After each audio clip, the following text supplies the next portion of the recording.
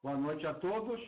Mais uma vez estamos juntos, né, com o nosso projeto Acontecendo no Terceiro Milênio, hoje com o tema Mundos Superiores e os Sistemas de Evolução e sua representação na face da Terra. Né? Uma correspondência dos planos superiores e do plano humano. Então, boa noite a todos, né? Aqui temos aqui a dona Eliana aqui acompanhando, né? E o pessoal que vai entrando depois também, o pessoal que fica atrás do toco, né? Que não se apresenta. O pessoal, a Eliana não gosta que fale do pessoal do toco não, mas tem mesmo. Então, vamos lá. Inicialmente, né? Vamos, como sempre fazemos, afirmamos que não estamos aqui para dar aula, né? Fazer a cabeça de ninguém, né? Nem mostrar, né, coisas, tal, né? Nada disso. Muito pelo contrário. Nós estamos aqui para mostrar uma experiência, um conhecimento, né? E vamos chegando lá através da sabedoria inicial das idades. Então, mundos superiores e o sistema de evolução e sua representação na face da Terra. As tradições mitológicas de todos os povos falam de mundos superiores, os mundos subterrâneos, de um país encantado ou terra sagrada, onde os ideais de humanidade encontram-se realizados. Né? São pessoas que já estão, vamos dizer assim, são seres que já estão à nossa frente há muitos mil anos, né? 70 mil anos, 40 mil anos à nossa frente. Já encontraram o equilíbrio, vamos dizer assim, em suas vidas.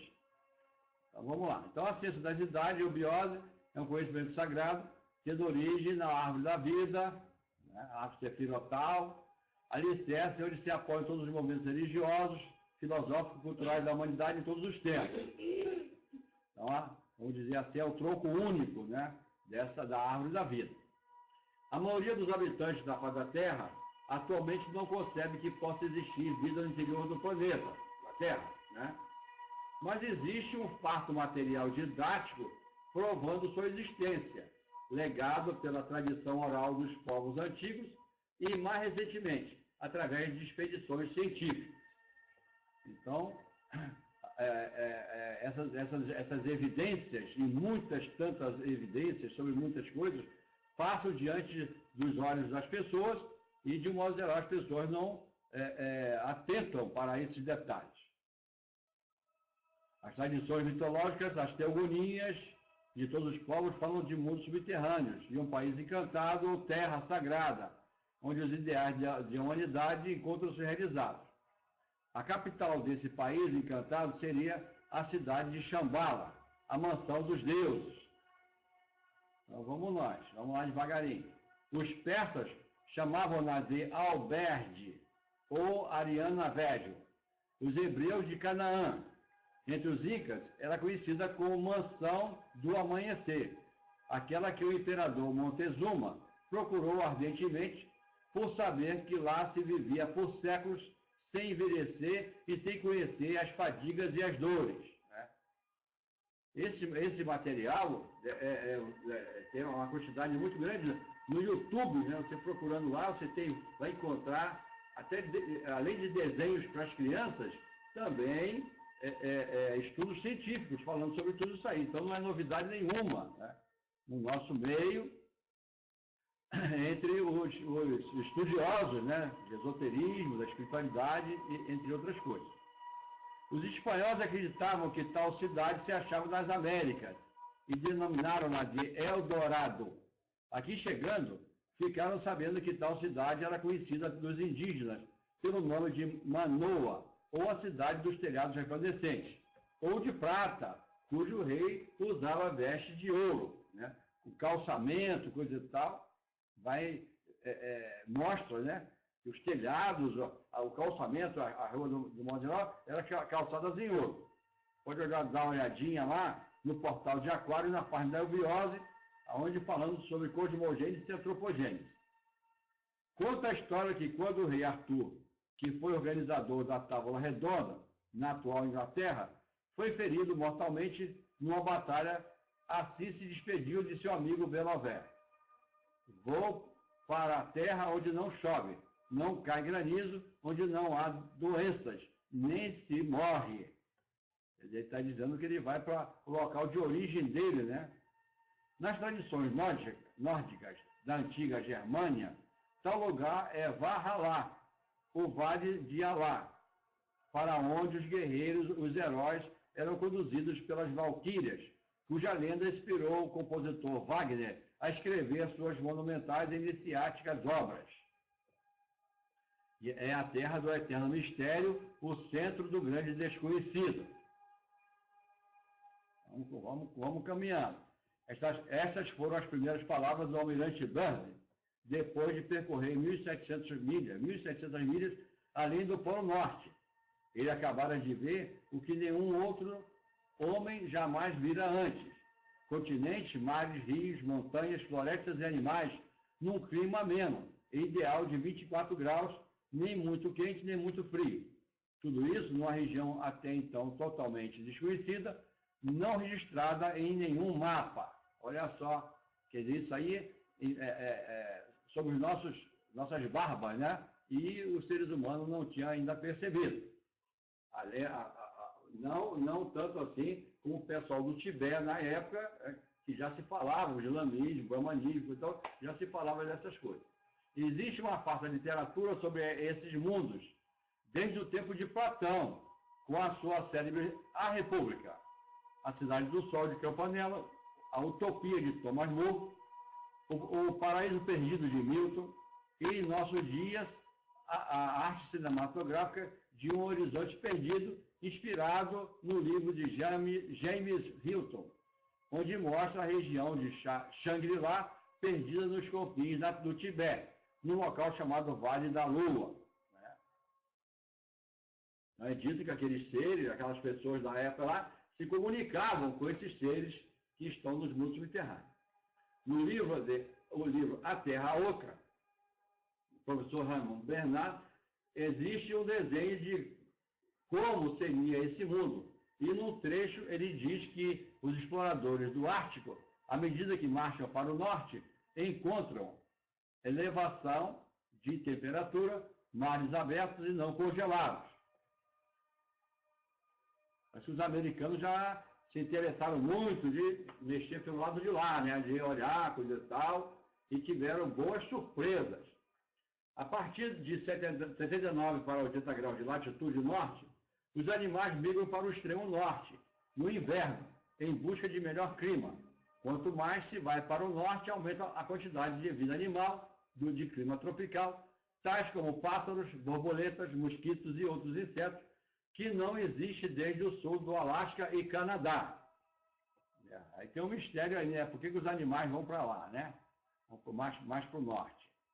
A agulha da bússola fica muito agitada até tomar a posição vertical. Por isso, as rotas aéreas não sobrevoam o Polo Norte, mas contornam-no.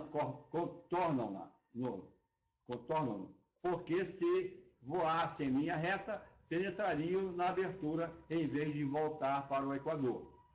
Há uma grande população habitando a parte interior do planeta, da Terra, com uma civilização muitíssimo adiantada, né?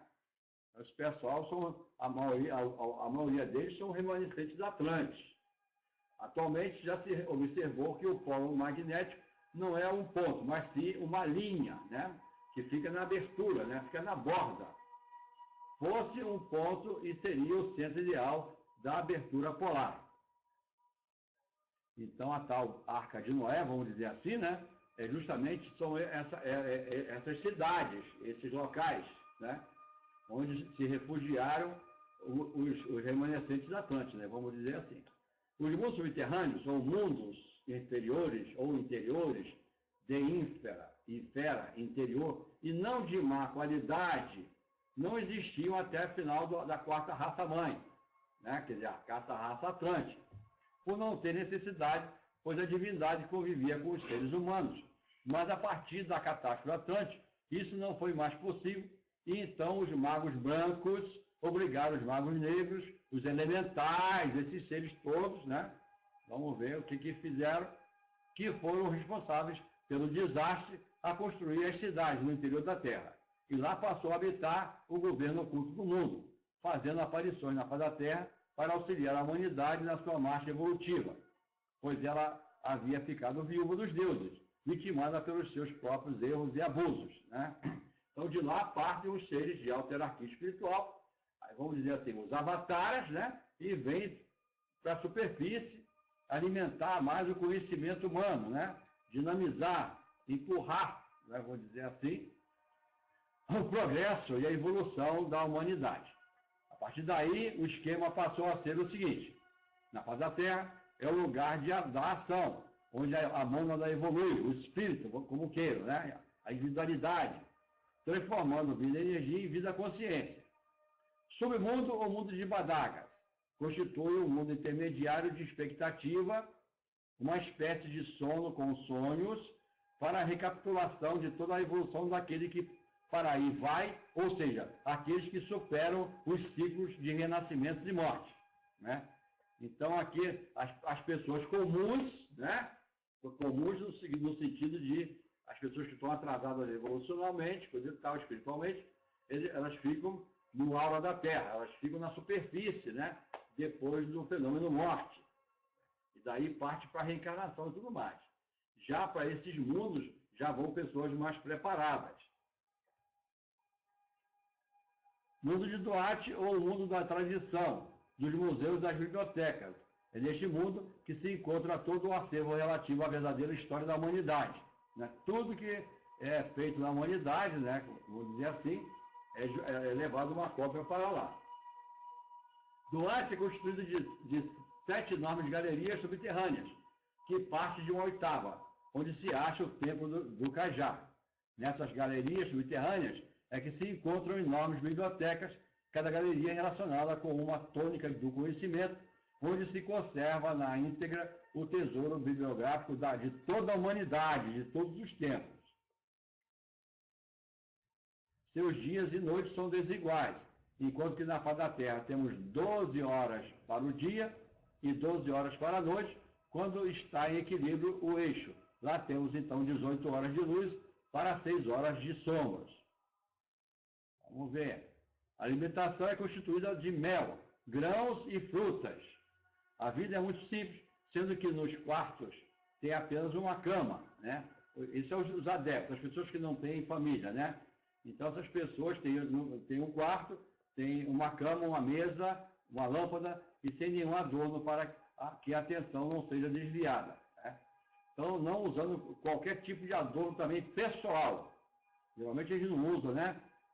Crachazinho para cá, fitinha para lá, né? Coisa e tal.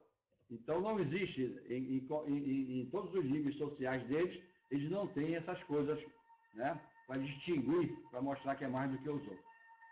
Mundo de Agartha, Agartha é, sem dúvida, a reprodução da Atlântida, com os seus 7 países do IPAS. A Agartha se estende desde o Polo Norte até o Polo Sul, como se fosse a coluna vertebral da Terra. É alimentada pelo tubo cósmico, né? Que faz a ligação do Polo Norte com o Polo Sul. Mais detalhes vocês podem ver, dar uma olhadinha lá no nosso bate-papo aí de um tempo atrás, falando sobre a raça lemuriana e falando sobre a raça atlântica. Então dá uma olhadinha lá, né, que tem vamos dizer, a parte complementar desse nosso bate-papo. O tubo cósmico é conhecido como o eixo imaginário da Terra, mas na realidade nada tem de imaginário porque ele existe de fato e é tão concreto como a pedra da Gávea ou o pão de açúcar. Vamos nós. Na parte norte do globo terrestre é onde vibra a estrela polar. E essa estrela aqui emite energia para a Agartha. A energia que penetra pelo tubo cósmico e se reflete no interior da Terra, no seu fenômeno de refração. Ou seja, de retorno para a superfície é que provoca auroras boreais. Olha só, aí já tem uma explicaçãozinha também, né, mostrando o porquê das auroras boreais. A Agartha é conhecida em nossas tradições como Arca de Noé, ou a ilha imperecível que nenhum cataclismo pode destruir. A cidade de Beloved, na eterna primavera, a cidade das Sublimes Auroras ou da Bela Aurora, né? É a cidade de Agartina. Quem entrou lá? Messias. Salve, Messias! Tudo bem? Seja bem-vindo. A Agartha é considerada museu do quarto sistema de evolução, ou do quarto dia da criação, pois de tudo que foi criado na face da Terra, seja no reino mineral, vegetal, animal ou mineral, lá tem um representante. Né? Então, aquele caso daqueles assaltos em relação à biblioteca de Alexandria, aquelas coisas todas, esse material, na realidade, não foi perdido, porque já existia uma cópia, né, nessas bibliotecas que nós citamos. Nas 4 primeiras cidades temos os representantes daquilo que já foi criado. Na 5ª, aquilo que está em evolução. E na 6ª e 7ª, os modelos do futuro para serem trabalhados. Inclusive, os protótipos humanos já existem lá. Em Agartha não há noite, é eternamente luz. Os seres só se alimentam de prana. Já há quem diga que é também a atmosfera deles é feita de ozônio. Shambhala é a 8ª coisa. Está na fronteira entre o mundo divino e o mundo terreno. A luz não é intensa, é tão intensa que chega a ser escura. Ou seja, na realidade, né, é a luz muito forte, para nós fica meio escuro mesmo. Estando o governo oculto do mundo estabelecido no interior da Terra e tendo que fazer o trabalho ativo na face da Terra, houve necessidade de ser criado um sistema de comunicação entre os dois que se acham, que se chama sistema geográfico. É que nós estamos comentando, quer dizer, de lá vem esses seres de alta hierarquia, né, para dinamizar o progresso e a evolução. Então, quando vem um ser de altíssima hierarquia, como por exemplo o rei Melquisedeque, ele funda um local, vamos dizer assim, um sistema geográfico, que é uma região, né, onde 7 montanhas, né, são preparadas para esse fim, para a evolução, para a espiritualidade. Dali vibra, né, em relação, de acordo com as tônicas primordiais dessas cidades interiores, superiores, espiritualizadas, aqui e distribui isso aqui na face da Terra. Consiste ele de aberturas em pontos estratégicos na face da Terra, sistema geográfico, né? Cuidadosamente ocultos dos olhares indiscretos, sempre em número de 7, próximo a uma cidade que é considerada a cidade do sistema, tendo uma central como 8ª e síntese das outras. Então, sempre tem uma cidade síntese e 7 cidades na região, à volta dela, mais ou menos assim. Então, enquanto o pessoal está procurando portais celestes no espaço, no astral, no espiritual, nas estrelas, coisa e tal, esses portais, eles se localizam aqui na face da Terra, né? E pessoas que conhecem o trabalho, para lá se deslocam, para ajudar as pessoas do local a crescerem, né? A aprenderem, a evoluírem, a se espiritualizarem. Em todos os lugares onde a divindade se manifestou na face da Terra, seja com maior ou menor potencial, aí se formou um sistema geográfico. Né? Então existe sistema geográfico interior, como também existe internacional. Atualmente, o governo oculto do mundo se acha no Brasil, para o desenvolvimento da 6ª e 7ª sub-raça, que também teve por missão completar o trabalho das 5ª sub-raça, da 5ª sub-raça, pois devido a inúmeras falhas cometidas, não foi possível ao Cristo, a Jeoshua abençoado Cristo bíblico, implantar o 5º Império em Roma. Né? Tanto é que à volta de Roma existem 7 colinas. Então, a façanha foi complementada, né, reativada e consolidada pelo professor Guilherme de Souza, auxiliado por uns poucos abnegados irmãos da SBE, da Sociedade Brasileira de Obiose, então, naquela época, a Sociedade Teosófica Brasileira, que deram complemento ao trabalho. Vamos nós. Você sabe do que eu estou falando. A 6ª sub-raça, que deveria se firmar em Norte América, com a Sociedade Teosófica fundada por Blavatsky, não foi devido às experiências atômicas e à segregação racial, entre outros desmandos praticados por tal povo, né? Não por todos, mas pelos dirigentes, entre outros. Ficou o Brasil com tamanha responsabilidade, abrigando em seu solo sagrado 3 sistemas geográficos, encarregados da implantação das sub-raças, no Roncador, em Mato Grosso, como o 5º sistema, Itaparica como o 6º e São Lourenço como o 7º sistema de evolução.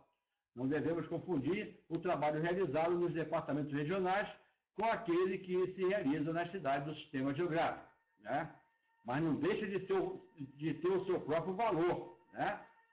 A pessoa que não pode sair do lugar para ir para o sistema geográfico por causa da distância, mas o que ele faz no seu departamento tem o mesmo valor.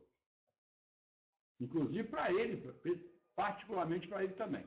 Consiste ele em si, continuando, consiste ele em se pôr em prática todo o potencial adquirido durante a nossa jornada evolutiva, e onde só se vai dar e não receber, né? Muito pelo contrário, vamos dizer assim, né? Só oferece o seu trabalho, né? O seu suor, a sua dedicação, e o que recebe em troca é espiritualidade, é crescimento, é experiência, né? Vamos servir de vaso para a troca de energias entre a face da Terra e seu interior.